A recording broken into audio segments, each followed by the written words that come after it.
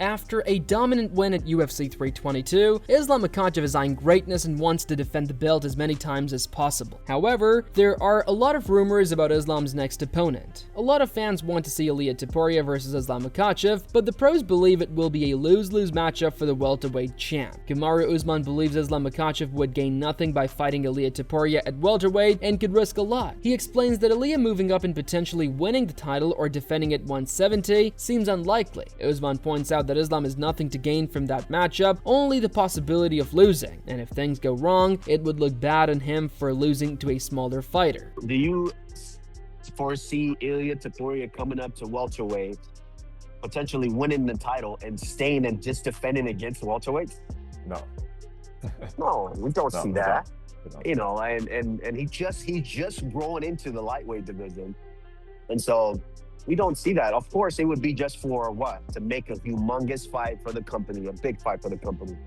And yeah, but the thing is just for that. It's for the entertainment purpose of that fight happening. But in that case, what does Islam have to gain from that? Islam just put the work in and grew into this division and went out there and dominated the current champion. What does he gain from fighting Ilia Topuria, who was a featherweight, moved up to lightweight, and now moving up to welterweight? Really nothing to gain except all to lose. If something goes wrong and you lose, you lost to a featherweight. Ali Abdelaziz also fires back at Ilia Topuria, questioning why the lightweight champ is calling out Islam Makhachev so aggressive. He says Ilia hasn't even defended his belt yet, while Islam has already proven himself with multiple title defenses. Ali argues that Islam gains nothing from fighting Ilia at this moment, and adds that Ilia would step into the cage much lighter anyway. He believes Ilia should get a few defenses under his belt before chasing a matchup with the double champ. There's one guy out there that's talking a lot of shit, and his name is Ilia Topuria. Is there any chance of that, Ali? But brother, at the end of the day, you know, honestly, like, I don't understand this guy. Like, he's just, in my opinion, just be yourself. Like, just, you have to be yourself. Like, you know, and I think, you know, I met this guy before. He's like a decent guy, honestly. Like, he's like nice, but in a way, like, we get this thing from him, like, you know, you went there, you haven't even defended your title once. You understand? Islam defended 4 times. You know, have a couple fights. Islam will fight him, it's no problem. But in a way, why Islam, what Islam have benefit of beating Ilia Topuria? Ali Abdelaziz warns Ilia Topuria to slow down and focus on building his own legacy instead of chasing Islam Makhachev right away. He says Ilia would step into the cage far lighter than Islam and should focus on making money, finishing his contract and stacking wins before looking for a big payday fight with the double champ. Ali feels Ilia is trying the same approach Dylan Dennis once used, talking online without thinking about the moment he'll eventually have to face the people he calls out. You're gonna be in the cage 20 pounds less than Islam. You understand? You know, and create your own legacy. Build your own self. You're young, you're hungry, you're good. You know, make your money, run your contract out and get a new contract. You understand? And fight Islam for big prize money. Let Islam do his thing, you do your thing, and after that you guys fight. But in a way, I feel he's taking a page out of Connor's book. When big fights on, you get on Twitter and write, and you get attention. Earn your own attention. Live your own legacy. Don't live legacy of other people. However, Armin Sarugan believes Ilia Topuria presents a far tougher challenge for Islam Makhachev than JDM did. He points out that Ilia carries significantly more punching power, noting that Maddalena hasn't produced as many knockdowns, while Ilia has managed to rock nearly everyone he's faced. Вот многие после такого выступления считают, что бой с Ильей – это полный мисс-матч. Ты как считаешь? Не факт. Я думаю, что с Ильей будет намного тяжелее, чем с Маддаленой было. Из-за низкого центра тяжести и борьбы? Из-за антропометрии, и я думаю, что у Ильи намного тяжелее удар, чем с кем он дрался? Della, Maddalena. Да, я думаю, что у Ильи тяжелее удар, чем у Маддалены. Маддалена меньше ронял, чем Илья. Илья почти всех роняет. Kamaru Usman further talks about how he views a potential fight with Islam Makhachev, saying there is no hatred between them, only pure competition. He explains that they already test themselves in the gym without any tension, and taking that same competitive energy to the octagon would be something he enjoys. Islam adds that if he ever hurt Islam in a real fight and had the chance to finish with an extra shot, he would choose not to throw it, showing the level of respect he has for him. I've said it's no secret. I love Islam. And I'm close with all those guys over there, Habib and Juba and Usman and Umar. I like those guys. I really do. And also with Rizvan and Ali working with the mix, there's no animosity here. There's no bad blood, just competition. We do this for free in the gym every day. Now, for us to go out there and just entertain the masses, I love it. I think it would be great. Now, on fight week and fight night, we're staring at each other, knowing that we are going to have to punch each other. I think that feeling might change momentarily, but if I do hurt him and he's down and there's a follow-up shot to potentially put him away, that's the difference is I won't take that shot. Ali Abdelaziz shares that he was surprised to hear Kamaru Usman express interest in fighting Islam Makhachev. He explains that they've always considered each other brothers, which made the idea unexpected, but Kamaru views it purely as competition. Usman told him he loves Islam and is proud of him, yet still wants to test himself. Ali adds that he'll support the matchup if they choose to pursue it, and is equally fine if they decide against it. I was kind of honestly shocked Kamaru kind of want to fight with him, because we all friends and brothers and stuff like that. But Kamaru looking at this, it's a competition. You know, I love you. I'm proud of you. But I just want to compete with you. And listen, at the end of the day, they're grown men. If this is what they choose to do, I'm just there to help and support and just try to make it happen. If this is what they want. If they don't want, it's okay with me too. Meanwhile, Michael Bisping doesn't see a clash between Ilia Topuria and Islam Makhachev happening soon. He thinks Ilia will probably defend his featherweight title several more times before even thinking about moving up to welterweight. Ilia Topuria is going to come out and say that because he wants that fight. Could you imagine if Ilia Topuria was afforded the ability to go up and become a 3-weight division champion? Again, I say it all the time.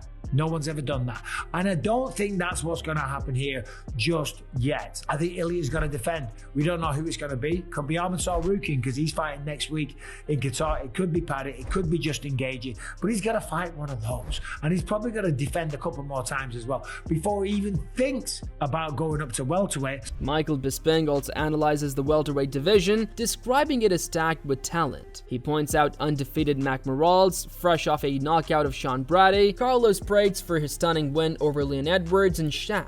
And then when you look at welterweight, I mean, what is going to happen there? Because the welterweight division is ridiculous right now. Of course, Michael Morales has a claim to fight for the belt because he's 19-0, he's undefeated and just knocked out Sean Brady. You've got Carlos Prates that just sparked out former champion Leon Edwards in devastating fashion, did something that no one's ever done to Leon Edwards, so he's got a shot. You've also got Shavkat Rakhmonov that was the #1 contender, but then he got injured. You've got Bilal Muhammad going up against Ian Gary. Ian Gary's making a lot of noise saying that he wants to fight for the belt as well.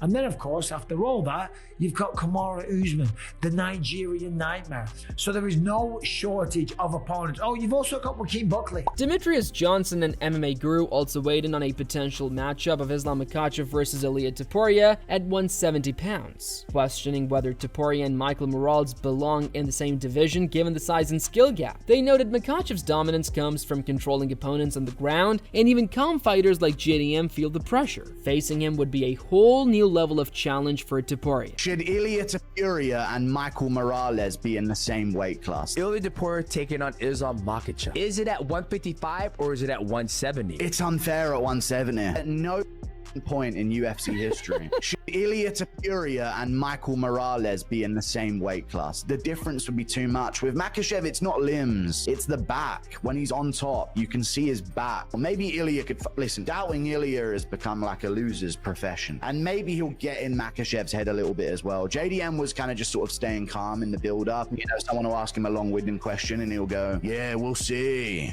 And that's it.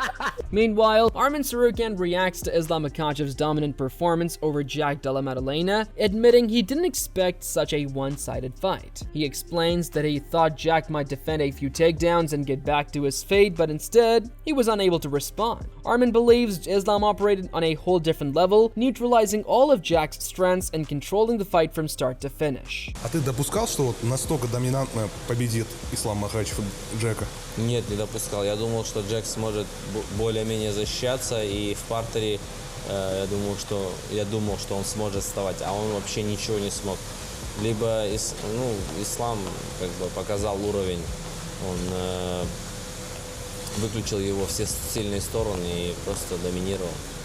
Arman Tsarukyan expresses genuine happiness for Islam Makhachev after his welterweight championship win. He praises Islam's performance, saying he looked completely comfortable in the new division and seemed perfectly suited for welterweight, appearing both big and strong throughout the fight. Что вы скажете по поводу того, что Махачев забрал пояс в 77 килограмм? Хочу сказать, что я очень рад за него. Прекрасный бой. Выступил очень хорошо. Я думаю, он зафиксируется в этой весовой категории, так как он выглядел очень даже большим. Fedor Emelianenko also shares his reaction to Islam Makhachev's welterweight debut and his rise to double champ status, saying Islam's performance left Jack Della Maddalena with no real answers. Fedor explains that Islam controlled every moment of the fight, creating positions where Jack looked completely unable to respond. He adds that JDM appeared almost unwilling or simply unable to engage because Islam's pressure and dominance left him helpless throughout the entire matchup, which Fedor credits entirely to Islam's mastery. Мне понравилось, что Ислам создал такие условия, что соперник было впечатление, что он не хочет драться, то есть он ничего не может ему противопоставить. То есть он его полностью контролировал, и создавалось впечатление, что он просто беспомощный такой в тех положениях, которые Ислам создавал. И как будто он не хотел драться просто, не мог драться и не хотел. Это, конечно, заслуга Ислама. John Kavanagh is highly impressed with Islam Makhachev's welterweight debut. He recalls being caught out with Jack Della Maddalena the night before, describing Jack as a big, strong fighter who himself admitted to being shocked by Islam's power, highlighting just how dominant Islam looked at the higher weight. I just thought it was incredible to be able to do that against somebody so good, going up a weight class, Right. And it's a big jump, 45 to 55 is, it's 10 pounds, but you're going 55 to 70, it's 15. Huge. It's big. So I was actually out with Jack last night, and he's a big unit, he's a big man. But he said himself he was kind of shocked at just. How's he handling it? Bummed. It's yeah. Nothing you say is going to make it feel any better, but he seemed deflated. Yeah, and even last night he was obviously still down in the dumps, but his wife is there, his kids, and he'll pick himself up and go again, I'm sure. Henry Cejudo also praised Islam Makhachev for his performance, emphasizing that casual fans might not fully grasp what he accomplished. He highlighted Islam becoming the 11th double champion in UFC history and explained how Islam consistently combined leg kicks with takedowns in every round, steadily wearing down Jack Della Maddalena. Cejudo also pointed out that JDM made a technical and tactical error by getting up at the end of the rounds, leaving himself with less time to recover on the next round. I love what dude. Because we're not casuals, Kamaru, we understand what he did. You know what I mean? And particularly to solidify, to become a double champ, to become the 11th double champ in UFC history. What did he do? He started with the striking. He would kick the leg. And then right around that 3-minute mark, boom, he was getting takedowns. If you notice, every single round he did that. He hurt JDM with that leg kick. I mean, JDM was pretty much broken. And I will say something that JDM was doing something wrong. He was getting up at the very end, so he didn't really have a chance to really recover going into that round. If you're on your back, dude, the whole damn time, just stay there, give yourself that opportunity to maybe start that next round on your feet. On the other hand, Demetrius Johnson senses something was off with JDM during the fight with Islam Makhachev. He points out that Jack kept wincing and making pain expressions, which often happens when a fighter is dealing with an injury. Johnson says Jack didn't look fully healthy in there, and even though he can't be certain, the way Jack reacted throughout the bout makes him believe something was clearly bothering him. The grimace on his face, I feel there's something wrong. I felt like he was not 100% in this fight. I could be wrong, but something tells me, man making a face like that all the time in all the whole fight, he was probably battling an injury. MMA Guru also noted that watching the fight back, Jack Della Maddalena seemed to have possibly broken a rib, which could explain his constant grimacing. Even without a submission, Islam Makhachev's control forced Jack to twist awkwardly on the bottom in round 2, causing him noticeable pain. MMA Guru said, watching it back, JDM definitely looked like he broke a rib in the fight, which would explain the grimacing and faces he was pulling. Not an excuse because Islam caused it. Despite him not having a submission attempt on JDM, he twisted his torso badly on the bottom in round 2. Chael Sonnen talks about Jack Della Maddalena's tough night against Islam Makhachev, saying the pain on Jack's face struck him deeply. He explains that the grimace showed real suffering and brought out a protective, almost fatherly instinct to want to step in, check on Jack and make sure he was alright. It wasn't on point, and there was a grimace on Jack's face. There was a grimace that said, I'm hurt. And there was something about me, and it wasn't the fighter or even the human being. It was the father in me. As a father, I wanted to go and I wanted to help him. I wanted to say, young man, are you okay? Do we need to get you something, young man? He had a look of actual pain on his face. Daniel Cormier agrees with that sentiment, saying he genuinely felt for Jack Della Maddalena while watching the fight. He explains that while Jack appeared hurt and emotionally drained, almost broken, which made it tough to watch the action from the outside. I gotta be honest, and I kind of felt bad for him when I was watching. Like, I felt like sad for him because he looked hurt and he just really looked like dejected and like kind of broken. On the other hand, Ali Abdelaziz reveals Khabib's move to welterweight was always part of the plan, but his close friendship with Kamaru Usman stopped it from happening. He explains that Islam is different and was even offered a fight with Belal Muhammad, but turned it down out of respect. Now that Belal is no longer champion, Ali believes Islam's move to 170 is the perfect opportunity, especially with how strong and dominant he looks. We all know at one point, it's always the plan back in my head was Khabib to go to welterweight, right? But at the time, Kamaru was there, and they was very good friends, and it was like, and Khabib's, this guy's a little bit different, and Khabib is a little bit different than Islam, and now Islam is like very much. He was supposed to fight Belal, but he said, I don't want to take this away from my friend because they trained together. Belal is not the champion anymore. He lost to Jack, and that was a great opportunity for him. And he was ready for it, man. And we see how strong he is, how dominant he is, how big he is. Sean O'Malley reflects also on Khabib Nurmagomedov's early retirement, suggesting that Khabib could have matched everything Islam Makhachev as a cheat. He said Khabib likely takes pride in his student's success, but stepping away also removes him from the debate about the greatest 155-pound fighter of all time. O'Malley points out that Khabib could have competed at 170 and done even more. O'Malley wonders if Khabib ever thought I still had more to give, because coaching can continue indefinitely, but fighting cannot. I'm sure Khabib's getting a lot of satisfaction from his pupils, star people. But I'm like, God, imagine Khabib. I mean, that takes Khabib out of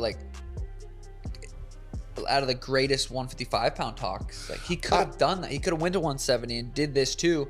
And who knows internally if he's like, God, I don't know. That's something I'm most scared of, is not reaching my full potential. And like, that's like something I think about a lot. Like, I gotta take advantage of these years while I'm like this age, 30 to 31 to 35. Like, I gotta fight. I have to put in my effort to do whatever it is, whether I reach more success or not. I want to give it my all. And I wonder if Khabib ever thinks like, God, I had more in the tank. And it's just like these years, because you can coach when you're 30. You can coach forever. That's all we have from today's video, and we hope you've enjoyed it. Share your thoughts in the comment section, and don't forget to like and subscribe to our channel for more amazing MMA videos.